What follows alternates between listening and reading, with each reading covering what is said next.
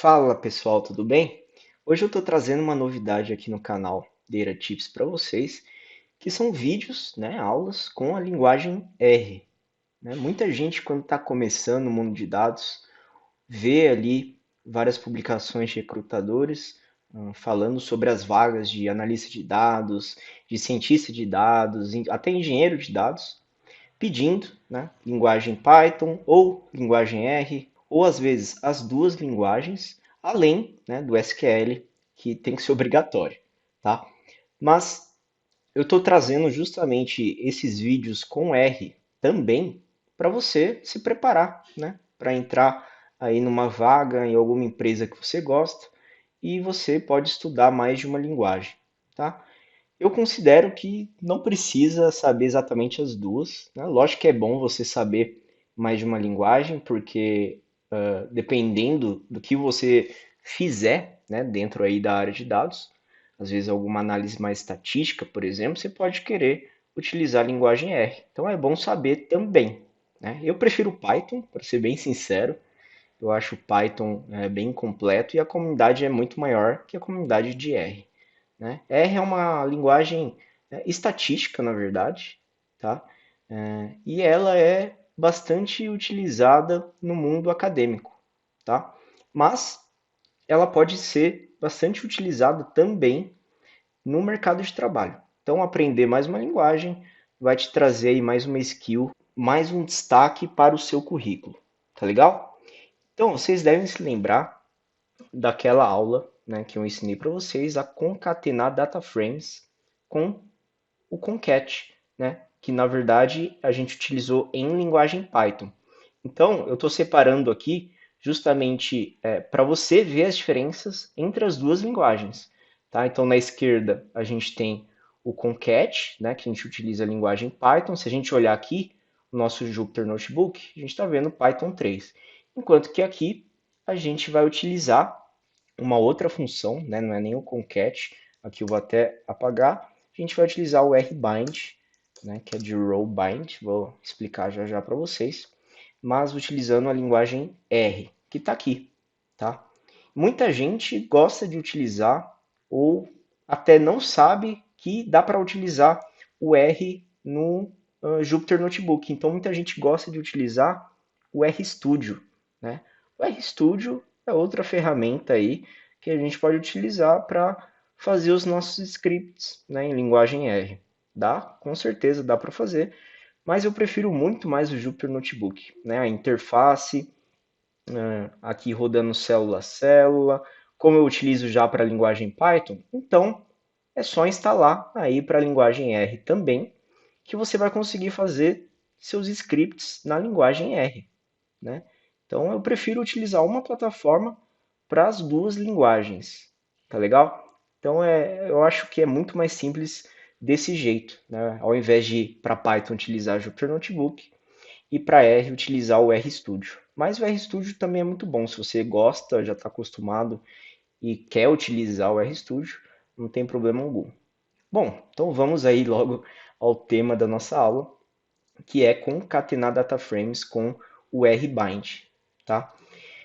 Então, se a gente olhar aqui na esquerda, tem, né, a primeira parte, a primeira etapa do script, que seria carregar as bibliotecas, que no caso é o pandas aqui em Python, né? Mas para R, a gente não vai precisar carregar nada, tá? Então, muita gente aí prefere R porque em muitas ocasiões ele pode ser bem mais simples, né? Você consegue fazer aí algumas tarefas, né, com funções que são ali já dentro da linguagem R.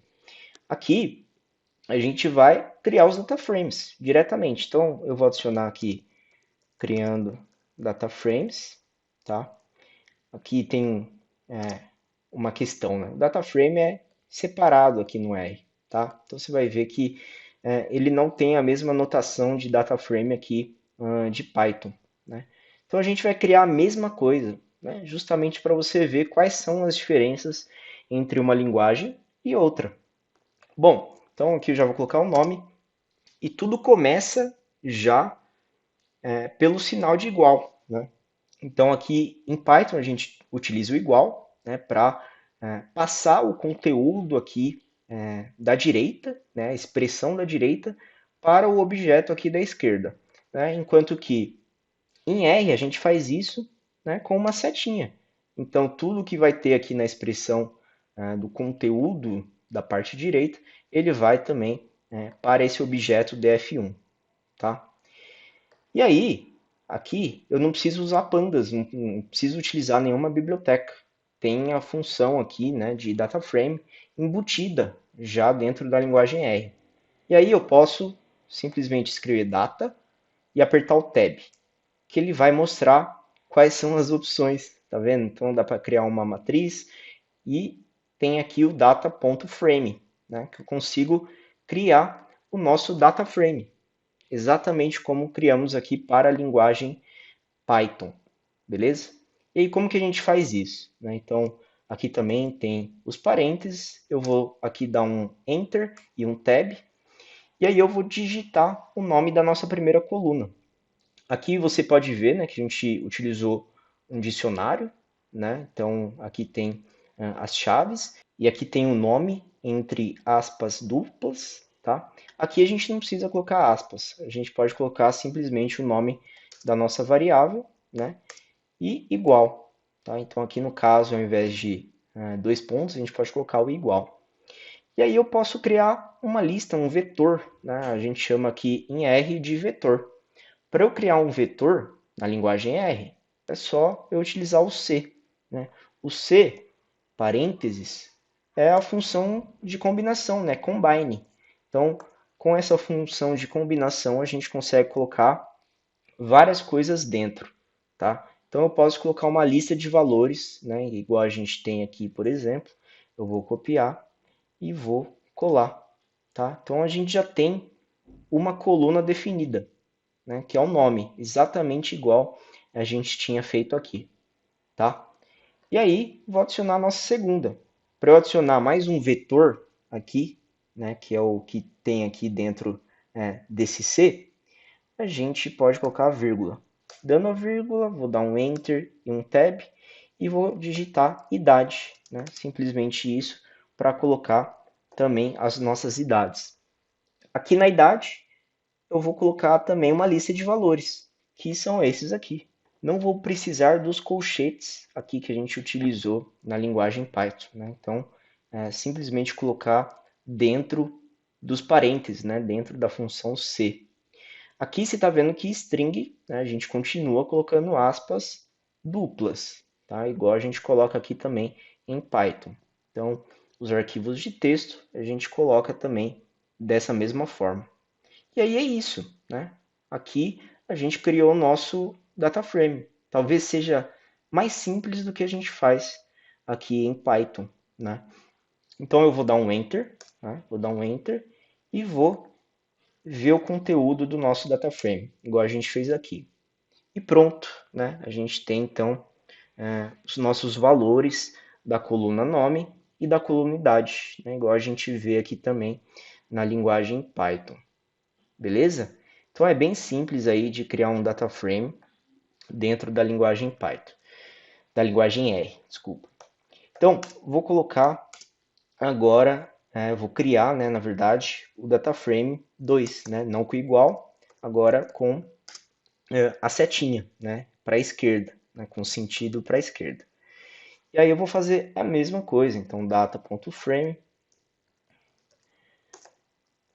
Para quem utiliza as duas linguagens, né, às vezes pode ser um pouco confuso, né, até você acostumar a utilizar as duas linguagens, né, ao mesmo tempo, ou às vezes você está fazendo um script do nada, você precisa mudar e construir um outro script, né? Então, às vezes você pode confundir no começo, mas depois você vai pegando o jeito, tá? Tem algumas plataformas que deixam você utilizar no mesmo script mesmo várias linguagens diferentes, né? Como por exemplo o Databricks, você pode utilizar num Jupyter Notebook, né? Como se fosse um Jupyter Notebook.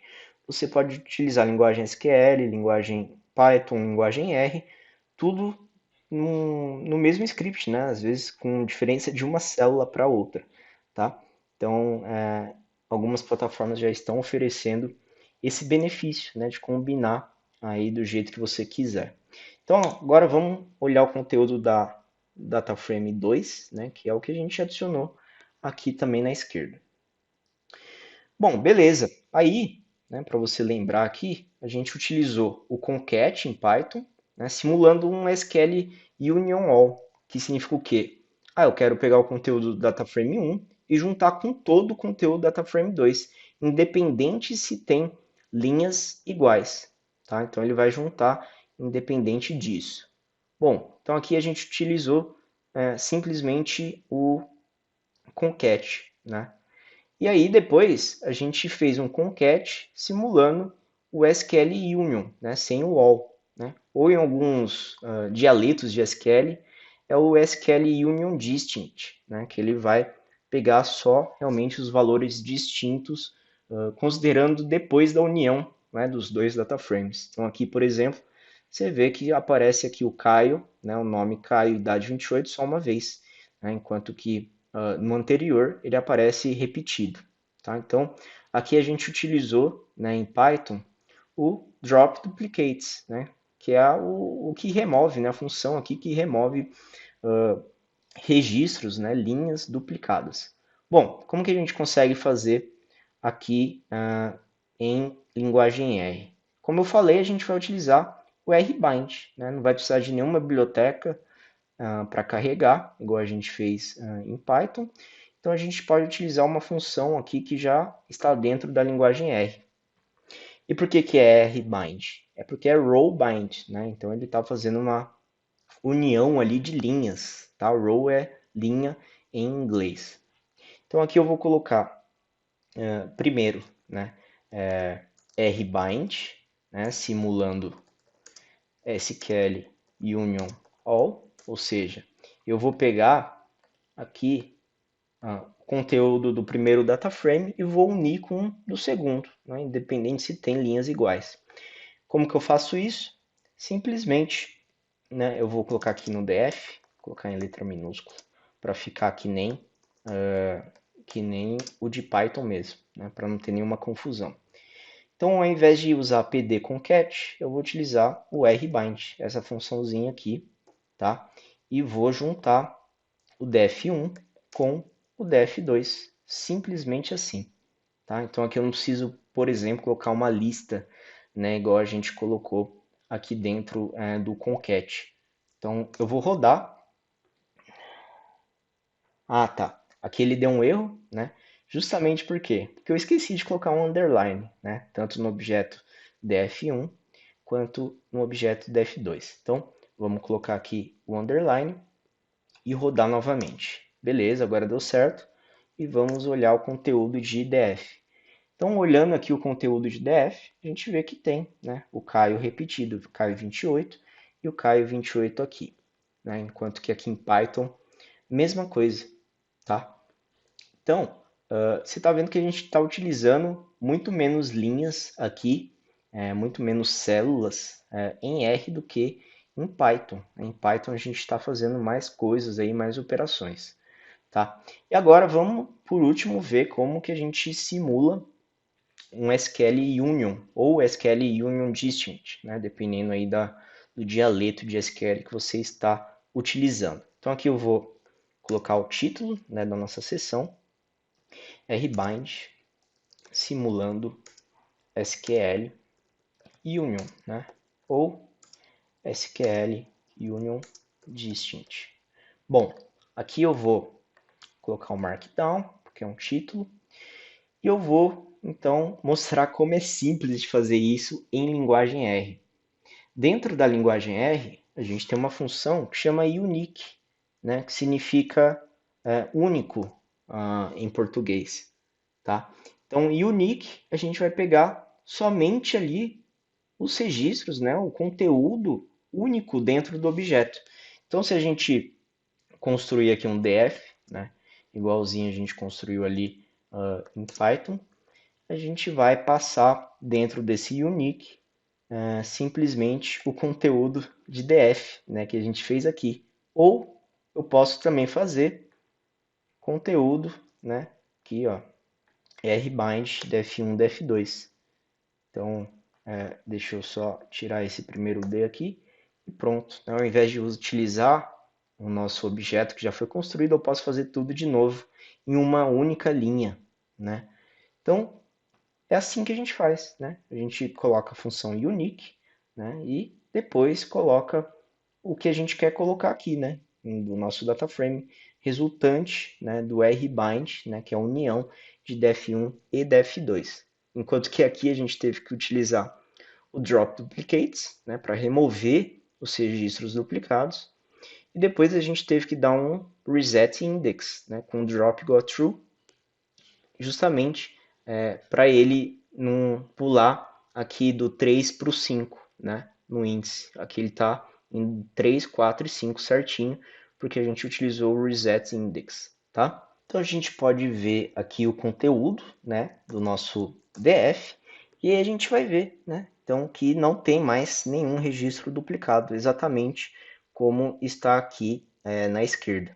Mas você vai ver, né, que foram criados uns índices aqui, né? Então, tem valores para cada uma das linhas, e aí eu posso tirar, então, esses nomes, né? Então, exatamente colocando o row.names, né, que são os nomes das linhas, no caso, eu coloco qual que é o nosso objeto, que no caso aqui é o dataframe DF, maiúsculo, tá? Então, tem que tomar cuidado que aqui a gente também tem o case sensitive, né? Então, a linguagem ela é sensível a letras maiúsculas ou minúsculas, e aí eu posso passar para esses nomes aqui do nosso data frame, simplesmente o null, né? Tem que ser em maiúsculo, tá? Não pode ser em minúsculo, que ele não vai funcionar. Se eu colocar aqui, ele não vai funcionar.